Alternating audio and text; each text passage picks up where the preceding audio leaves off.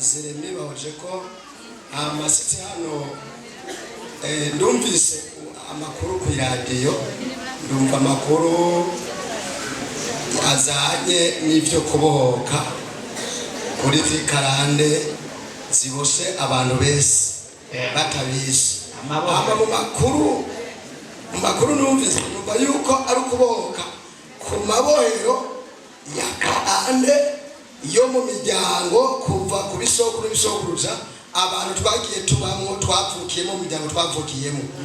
Hama numvise amabohero rero yuko kuboka kuri ivyo bikarande kuri ivyo bicaniro ngaba ndisangamo sasanga zewe papa na mama yari umupfumu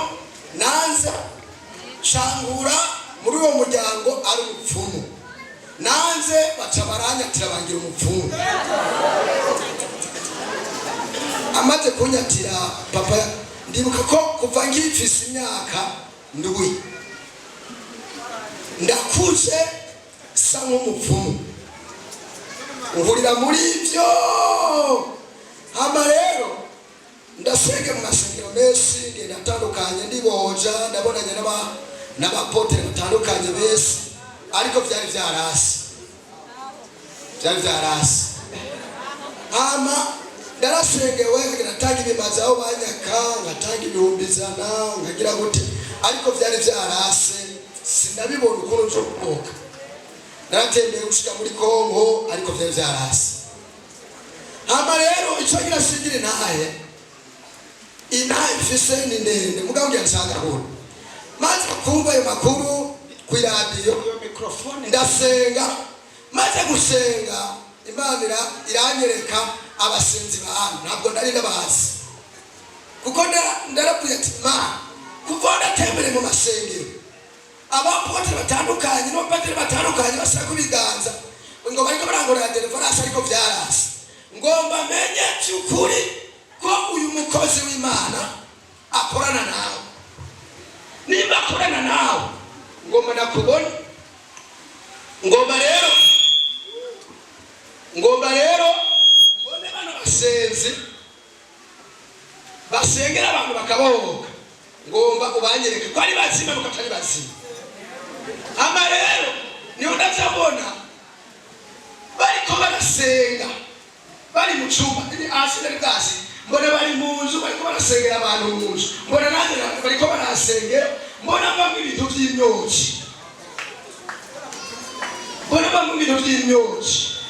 mbega n'igipfuka kavuga none ibi ni biki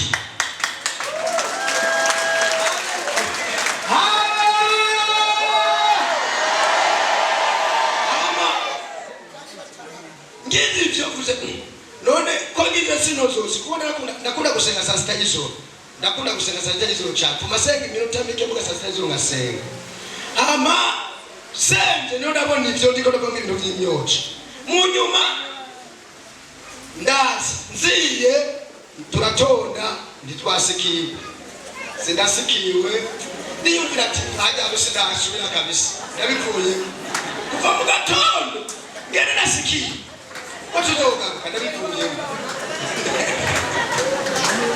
Ama yari ndayimoni yari muri se wari ndayimoni kumachukira muri se wese. Ama itswiri wari ati subirayo nacho aragira kwa gatanu nagaruka isongiye sikiwe umuvyeyi wani umukozi w'Imana nawe n'abapotere bese umukozi w'Imana akabanza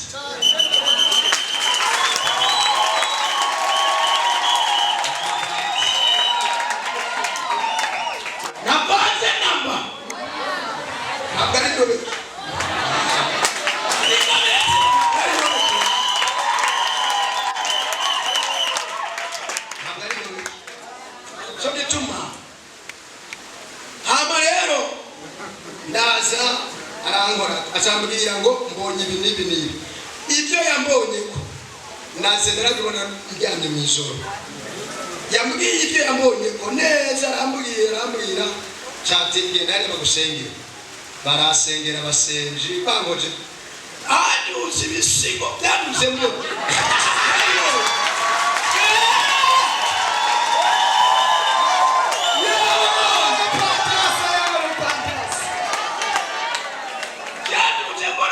yanzi bitabuka muri za ibisigo binyora amaso binini bifise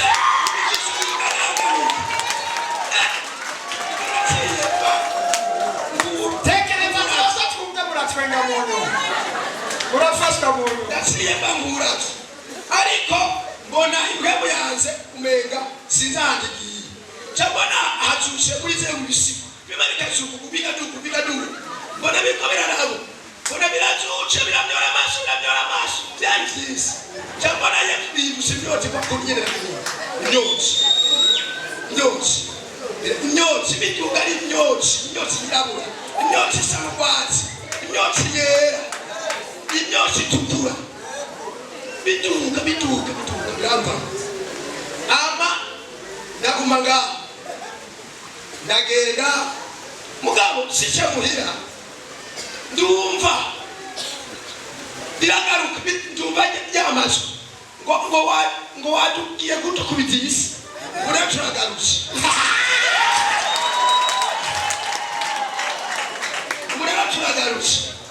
ngo kandi ngo tugenda tupuyisi ndavuga ati nimba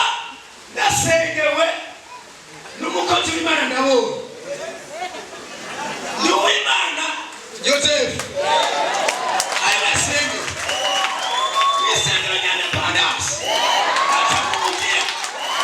atubabo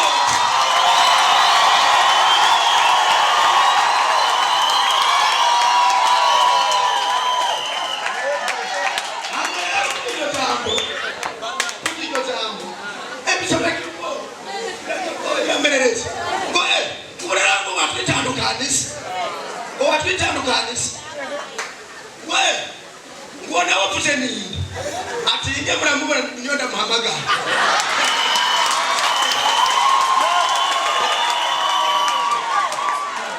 ati mama to kwikoni kitanawe mu ama turakwana navyo biragenda gora sesenga tsandunyemo zo gusenga byaragenda hamana garuka uyu mukozi w'Imana mwarimu garushe kuko sinasuye kuja gutora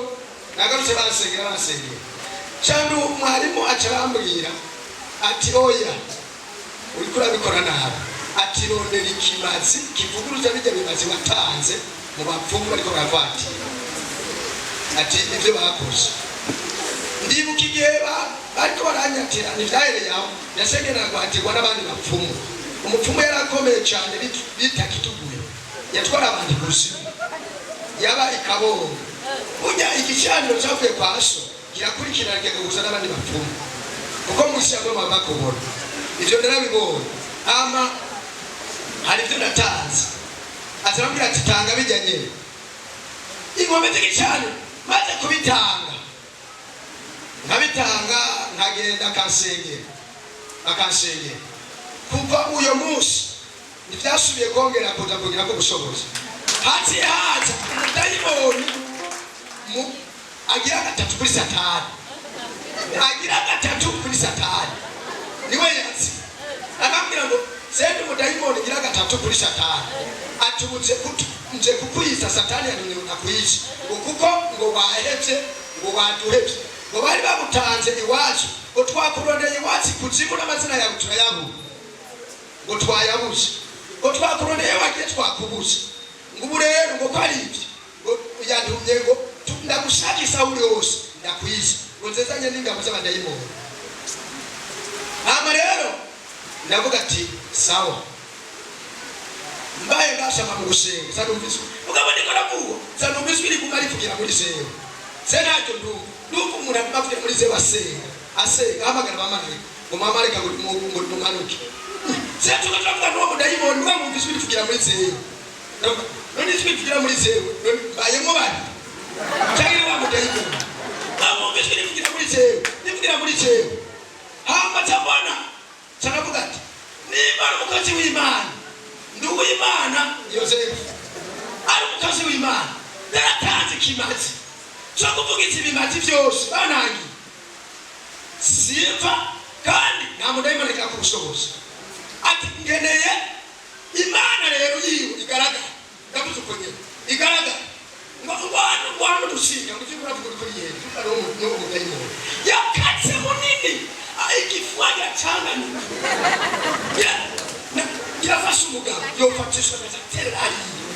yakatse amoni igitwa kingano ibyoya gusa yakatoye ko twarabona ngo twatora kama cyabona wanyene abamarayika ngo pa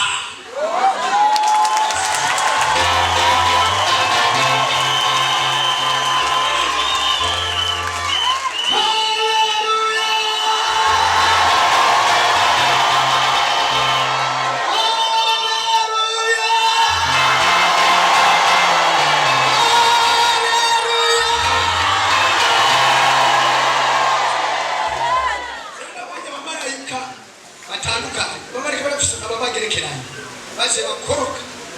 n'ingota batabara tsunguruka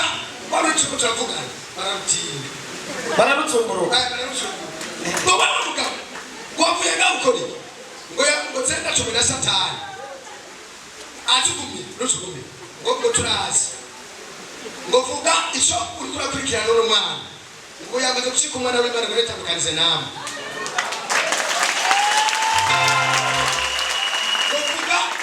kuvuga igituma muri ko muramuhiga ngo bamutwanye kimazi bakorere mu bwami bwacu ngo kandi akorese impano zacu ngo none ngubu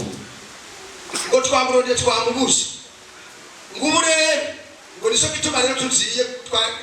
ngo tuziye kumurondera yazaye ngo yangu ubu ntaki kumwe namwe ngo vyararangiye ati rero basi ngo ko mwazi wa mudayimoni ugira gatatu kuri satani ngo basi ngo kamwazi ngo nimundeke gende ngo kubwira amakuru satani ngo yuko ngo bitarikunze ngo ko tubana baba bari ngo ntugende ngo ahubwo ngo vuga ivyo mwamutwaye vyose aravuze ibintu vyisi cyane ko ari umunyamugisa cyane nibukiye kibisaka 20 ari umunyamugisa nakoresha abakozi afise amafaranga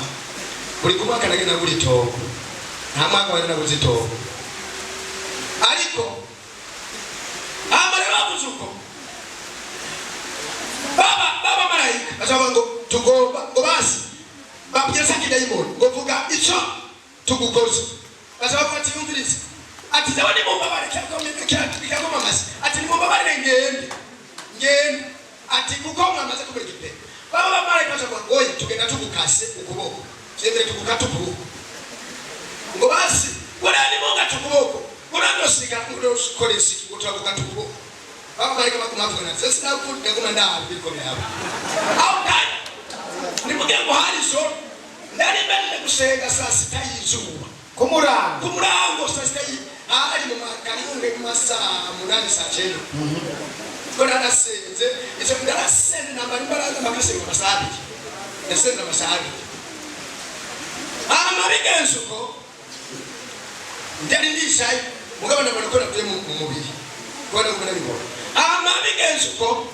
niyo rero batsaba ngo kandi utwanize cyane umwanya wo kuba tukora nawe ngo warangiye ngatuma tubwiye amakuru batsaba umumarayika batsabangura ngo akatukubona ngo yaboneka ngo muranyise urangwa satani ndamubwira gute ati oya nasavuga ati yaranzegereje cyane mukatinda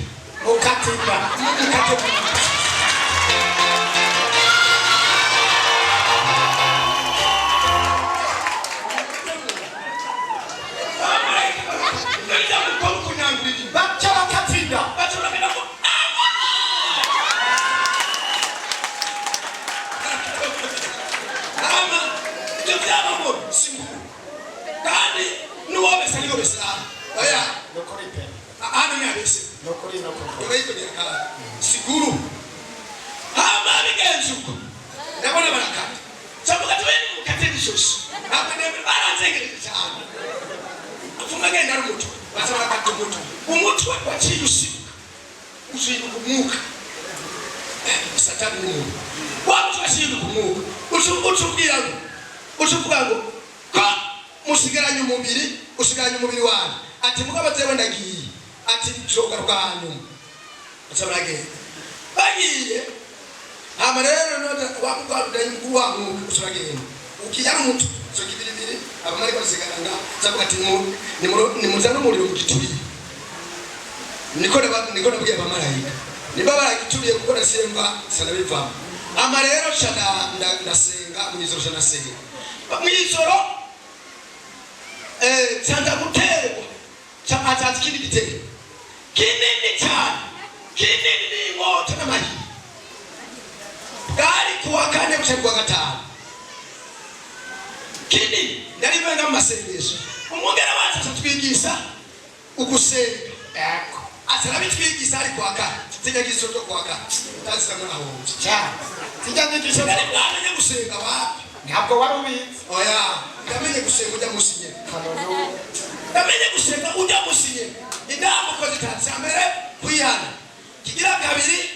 kuyana kwitunganya kuyeza amaseso kwamaga amaseso kuyana kutunganya sana gisanaki yigira kabiri gusaba ifatika yigira gatatu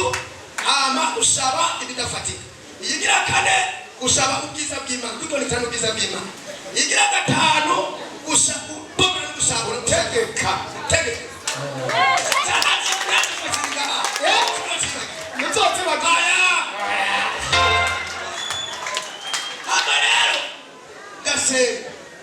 Shit! Baje ucurategeka.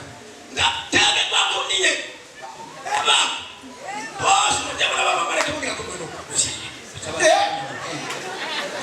Baba barusha libesi.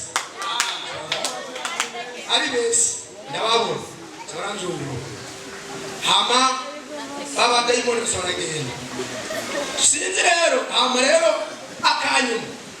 Kumusi wa gatandatu sagenda hantu burya bafimasoni barahari iyano umubari ahari mu rubanza kuko mwishegiro ho bahabaye mariyazi kuko hatsa abantu mu miryango itandukanye nayo yari inshuti ngiri yeyo haraza rero ndiko nasenga mu kigo twasenga cyane ko umuntu akuze ko ndumva ubiki Yanguri ntabwo sidamubona ko nari mpumiriza ko nzengura gusenga mpumiriza hama nanuyu jambona no tuya arikara kenda kubita abantu ngano muki ngujagura umukozi w'Imana turi umukozi w'Imana tizewe numvise nabi kandi se numva mu mubiri meze nabi kuva uyo munsi ndasenderwa n'abadayimoni mu bwoko bwose Gena Satani yatsemo na Satani yatsemo ndaciye bera aho gereza ndagwara ngiye gusenga amasengesho yani kutane kutane ndio ndio ndio azaza kubagira cyose bana mu discipline seswe kwibuka kwa tondo amasengero ni mutwe murayeziramo nese era pale hama bigenzo Nabati. None ni wibo katagisa no nduma kana na katakataki. Ndavuga nyote ya numva zanumva gosubirayo Yesu ndabwira jongore na gosubirayo. Gosubirayo nyenza ndaje. Nziye no basanga gratera. Esesege kwa na mwari mu cyabasenge.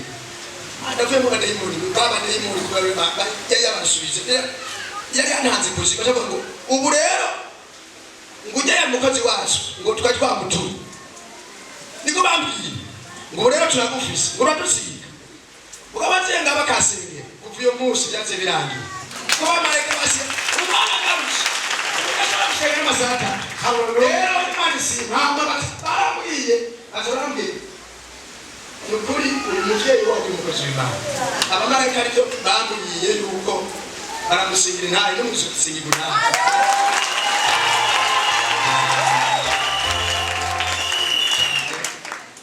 Uko mudayimo yarambwiye ngo wagakoze k'Imana ngo kari hadi.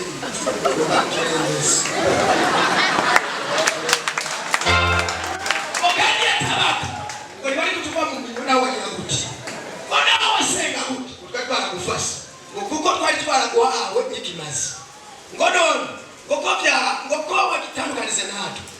ugahura ngo nuriya ngo nugende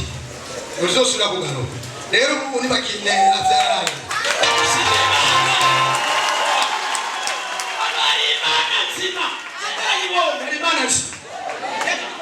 ngaho ndabonye amaso y'urubuka ndabonye Yesu ndabonye Yesu ndamubonye mbona Yesu mbona umuvyeyi wacu ari we wanyu ataravuga ndabo hamwe turakibisenga twipfukana ndabonye ubusana ikiganza sinagira cyakuri agira asira ku mitwe yacu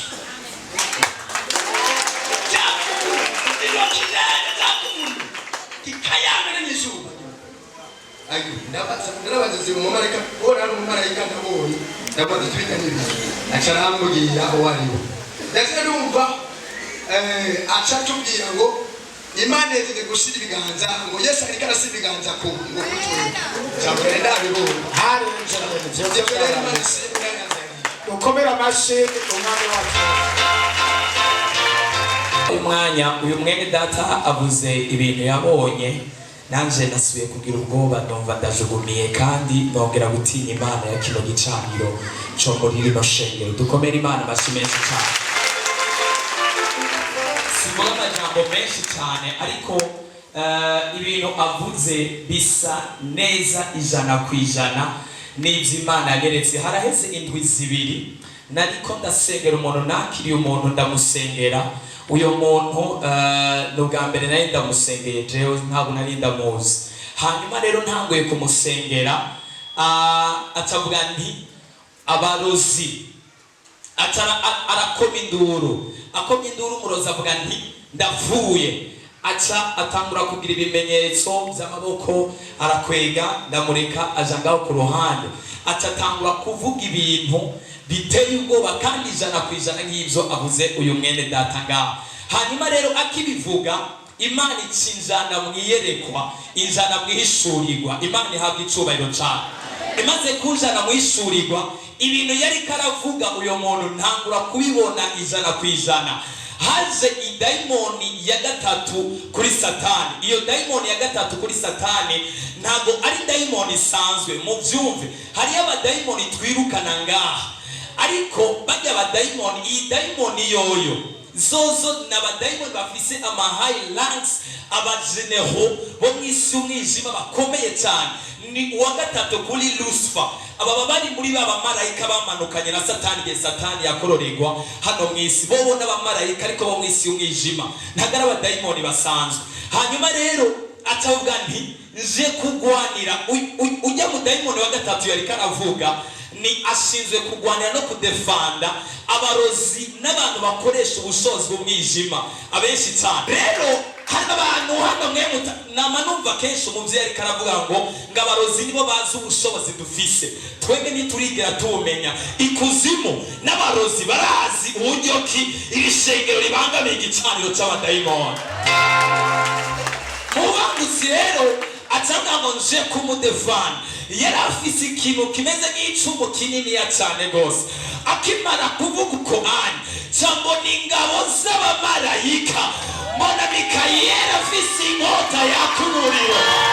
ahagaze imbere ahagaze inyuma yiwe n'ingabo nyinshi z'abamarayika nashobora guharura igitigiri nkabona umuntu wese ahagaze ngaha nkabona asengeye umuntu aravuze ngo Mana ndasengeye umuntu ari mu ntara ya Karusi nkabona abamarayika n'ijana birukiye Karusi ubwo nyene nabona ariko Mana we nanagize ubwoba numva ndajugumiye no mu gihe ariko abivuga nariko ndumva tremblema mu mubiri wose kubera ko nariko ndabona exactement ibyo nariko ndabona exactement ibyabaye muri uwo mwanya ico uwo mutukiri muri uwo mwanya w'izubahiro cyane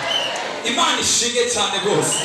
ene data twaragiye ubuntu n'Imana ariko biragoye hari abantu benshi batabitahura jewe ndubaha kandi ndaca bugufi cyane gose noneho kuvamo ibyo bintu naragize ubwoba numva ndagira ubwoba numva nongeye kubaha Imana ku rundi rugezo rudasanzwe Imana idufashe cyane gose haleluya hanyuma rero aca aravuga ngo akenshi turakora inama tugakorana twoga ngo reka tugende gutera turaba ukuntu twoshobora kubamara inkomezi bahagarike gusenga kubera ko baratubangamiye cyane gose. Mugabe igihe cyose basenze bavuze mu izina ry'Imana ya Pase Bimana Joseph dusenga, n'ingabo zimanuka mu bushobozi zigakoragurika, ibihome byose bigasenyagurika. Imana y'umuvyeyi wacu irakomeye cyane, Imana twizeye irakomeye cyane, Imana repentance ifise ubushobozi. Hanyuma rero bakozi b'Imana, nimba hari ikintu twubaha umuvyeyi, reka mvuge kino kintu barabuze nti mu bakozi b'Imana benshi, reka ndabivuge kubera ko nujya numvise yabivuze byose. Ahubwo ni abakozi b'Imana bo mwishengero ngo abenshi turiko turagerageza kubatera kutubaha no kumva umenga bagomba kuduga hejuru yiwe kugira ngo tubashire hasi, kubera ko utazoca musi bugufi musi ibirenge vye byose azokoragurika hasi. Ibyo byose nari mwiyerekwa ntago ari abadayimoni bariko barabivuga, nari mwiyerekwa I was seeing it live like this. Ndiko ndayibona live, numva ndajugumiye, numva ubushobozi buriko buranyuzuramwo, numva ndagize ubwoba cyane gose, numva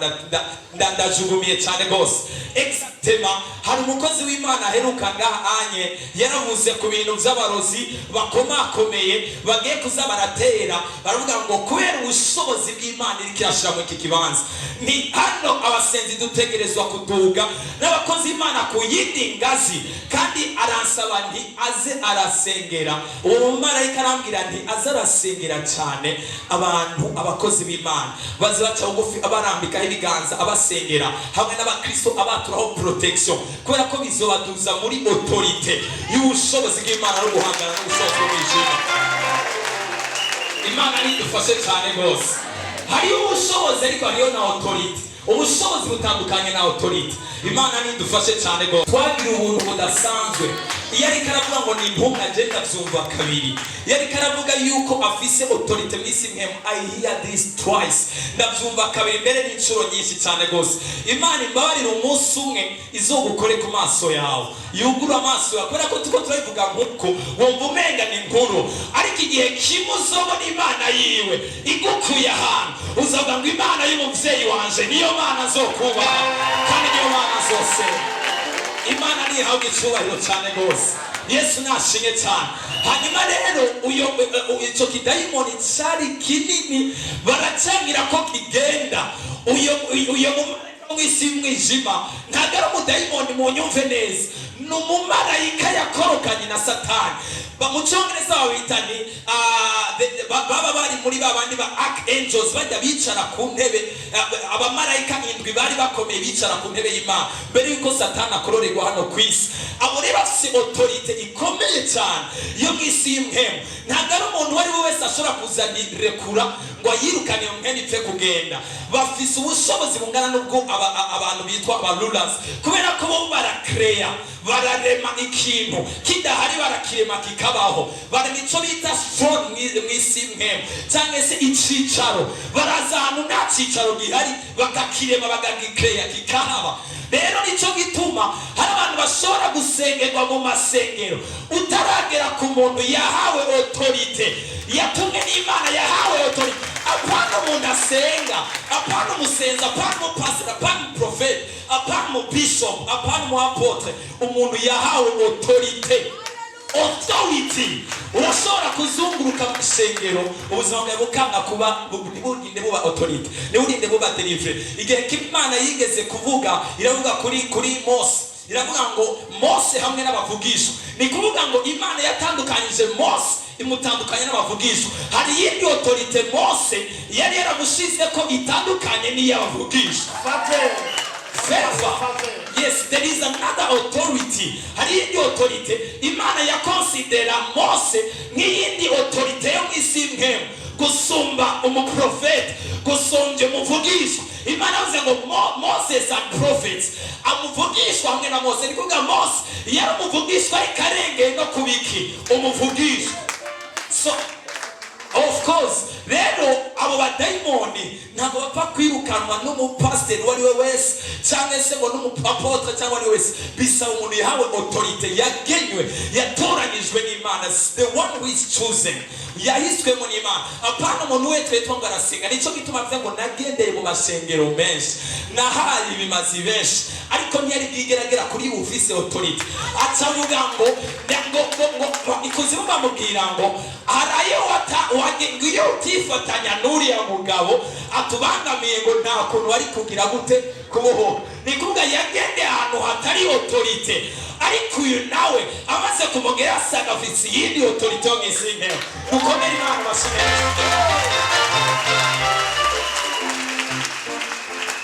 reka ibintu abakozi b'Imana bo ngaho iwacu abakozi b'Imana bagenzi banje marayika yarambwiye